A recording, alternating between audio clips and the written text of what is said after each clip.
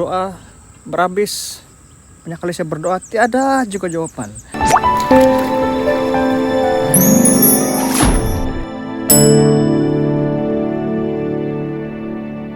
Shalom kawan-kawan, apa kabar?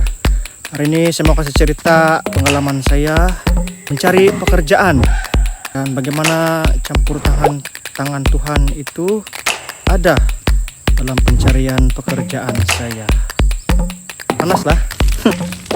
Jadi 4 tahun lalu, tahun 2016, 4 tahun lah kan? Ya, tahun 2016 saya mengambil cuti. Sebab saya seorang student. Jadi tujuan saya untuk mengambil cuti itu adalah untuk mencari pekerjaan. Dan kenapa saya mau cari pekerjaan? Sebab pada ketika itu saya punya bapak jatuh sakit. Dan kami dulu tinggal di KPD Quarters, tempat bapak saya kerja. Jadi apabila bapak saya sakit, kami tidak dapat tinggal di sana. Jadi kami harus pindah rumah. Kami mesti cari rumah baru. Dan banyak lagi lah urusan yang harus diuruskan. Jadi saya selaku anak yang paling tua, saya merasakan itu satu tanggung jawab. Jadi saya ambil cuti belajar untuk mencari pekerjaan pada ketika itu. Jadi bermulalah misi saya untuk mencari pekerjaan. Cuti belajar yang saya maksudkan di sini bukan cuti untuk belajar, tapi cuti daripada belajar. Saya cuti daripada college untuk keluar mencari pekerjaan. Jadi saya hantar saya punya resume, macam pergi seluruh dunia saya hantar resume saya. Saya guna email, Jobstreet, Sabah Job Mail, apa semua itu. Saya guna juga mail. Saya beli itu pos laju, pos ekspres, di mana saja alamat yang mungkin kan saya hantar.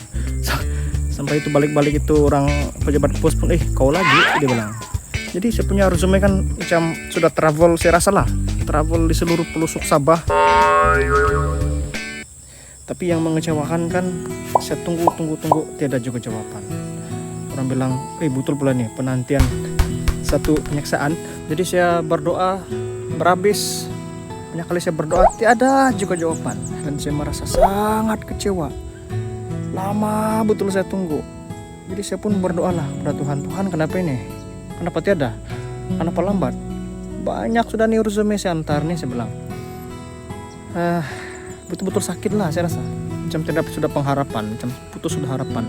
Macam saya rasa hidup saya ini tidak halah tuju, begitu. Tapi tidak lama selepas itu, doa saya mulai dijawab. Tuhan menjawab doa saya. Jadi sedikit demi sedikit saya dipanggil untuk pergi interview. Memandangkan banyak resume saya hantar, jadi banyak interview yang saya pergi. Tapi saya merasakan kekecewaan yang 2 kali ganda. Sebab interview yang saya pergi itu tiada yang dapat. Banyak interview, macam-macam interview saya pernah pergi. Contoh dia sales medical representatives. Saya mau kena terima sudah nih interview, tapi itu bos dia mau kereta baru. Sebab kerja sales ini dia memerlukan traveling, jadi dia perlu kereta baru, dia bilang. Saya mana ada saya kereta baru. Saya cuma pakai itu kereta legend bapak saya, Portoniswar. Jadi saya di reject. Saya kecewa lagi. Saya juga pernah pengalaman interview di bank. Sebab kebanyakan resume saya kan saya hantar pergi semua bank. Tapi ada satu bank saja yang terima saya untuk pergi interview. Jadi pengalaman interview di bank ini pun sangat lucu. Sebelum interview itu dia ada macam exam lagi ada soalan kira-kira lagi. Selepas saya selesai exam kira-kira itu di bank, itu staff terkejut. Sebab saya jawab itu soalan tanpa menggunakan kalkulator. Saya guna tangan saja. Rupanya ada kalkulator yang disediakan. Dia lupa bagi. Jadi itu mungkin bukan rezeki lah. Banyak salah mungkin. Jadi saya kecewa lagi. Saya pernah juga pergi interview hotel, kerja perhotelan. Tapi itu pun tidak juga dapat. Saya kecewa lagi. Saya juga pernah pergi interview SPA 8, pegawai immigration. Kamu percaya? Ujian panca indera kan itu kan panggil itu. Panca indera dan ujian fisikal yang pernah pergi itu tau lah kan. Miracle-nya saya pas. Saya lulus ujian fisikal dan ujian panca indera itu. Saya ini rabun sebenarnya, tapi saya lulus. Itu cuma saya ingat time itu ada 300 orang calon lelaki, 300 orang pergi ujian fisikal dan panca indera. Hanya 21 orang saja kami layak pergi peringkat seterusnya. Esokan harinya kami pun pergilah, 21 orang kami pakai necktie formal. Tapi mungkin bukan rezeki lah saya di situ. Saya kecewa lagi. Setelah bermacam-macam interview, bermacam-macam temu duga, saya tidak dapat, saya gagal. Saya berada at the lowest point of my life.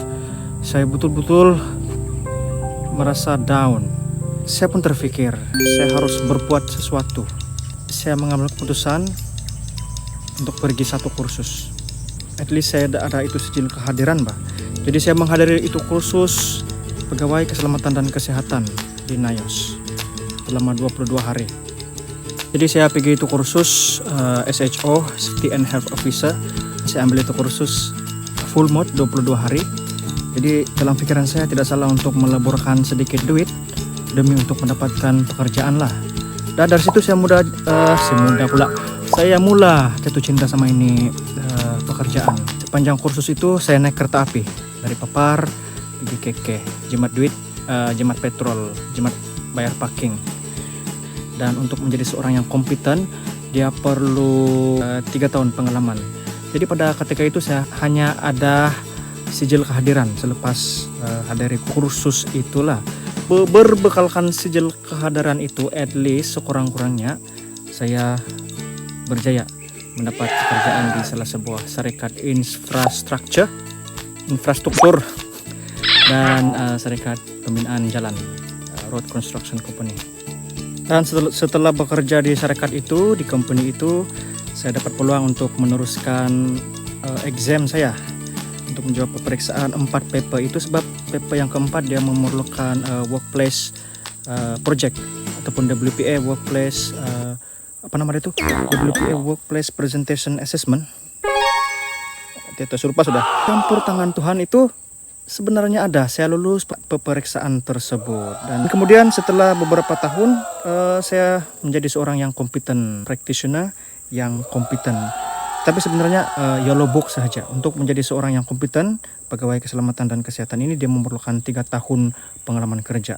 Saya hanya kompeten sebagai supervisor saja.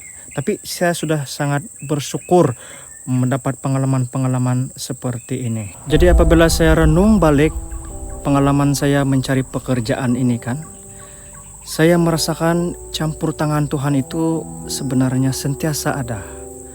Walaupun pada mulanya saya merasa kecewa, sedih, dan putus harapan, dan macam tiada hala tuju, sebenarnya Tuhan sedang melatih saya untuk bersabar. Kenapa saya tahu ini adalah campur tangan Tuhan? Karena kalau saya tidak merasa kesedihan, kalau saya tidak merasa kesusahan itu, saya tidak akan ada peluang untuk berpikir, Tiba-tiba saya dapat berpikir bahwa saya tidak harus terus menunggu. Saya perlu sesuatu, saya perlu buat sesuatu untuk mendapatkan pekerjaan. Jadi itulah saya mengambil keputusan untuk pergi itu kursus. Nah, jadi bila hidup saya sekarang ataupun yang akan datang, yang mungkin penuh ketidakpastian ataupun kesusahan, saya renung kembali cerita ataupun pengalaman mencari pekerjaan ini. Dan dia menjadi bukti kepada diri saya bahwa Tuhan itu sentiasa ada, kan? Cuma saya tidak tahu bila dan bagaimana. Sebab sebagai manusia, kotak pikiran saya ini kan tidak dapat memenuhi kebesaran Tuhan yang luar biasa, Saya belajar untuk percaya dalam ketidakpastian bahwa campur tangan Tuhan itu sentiasa ada. Selagi kita masih hidup, selagi kita masih bernafas, kesusahan hidup, ketidakpastian hidup, cabaran hidup itu akan terus ada, Saya percaya mungkin pada saat ini ramai yang ada masalah. Ada yang mungkin hilang pekerjaan akibat daripada pandemik, ada yang mungkin ada masalah keluarga, yang mungkin di dalam keluarga mereka ada ahli keluarga yang sakit, sama juga macam saya, bapak saya sendiri pun masih juga terlantar sakit, ataupun ada masalah-masalah lain, masalah relationship, perhubungan, kan? Jadi kesedihan, kepayahan ini akan berterusan selagi kita masih hidup. Tetapi coba kita renung kembali pengalaman kita sebelum ini, cerita kehidupan kita yang sebelum ini. Pasti ada cerita dalam kehidupan kita yang kita bilang, aha, kita pernah menang. Pasti ada cerita dalam kehidupan kita yang lalu yang boleh kita syukuri. Dan kamu tahu kenapa itu semua terjadi? Sebab campur tangan Tuhan itu sentiasa ada.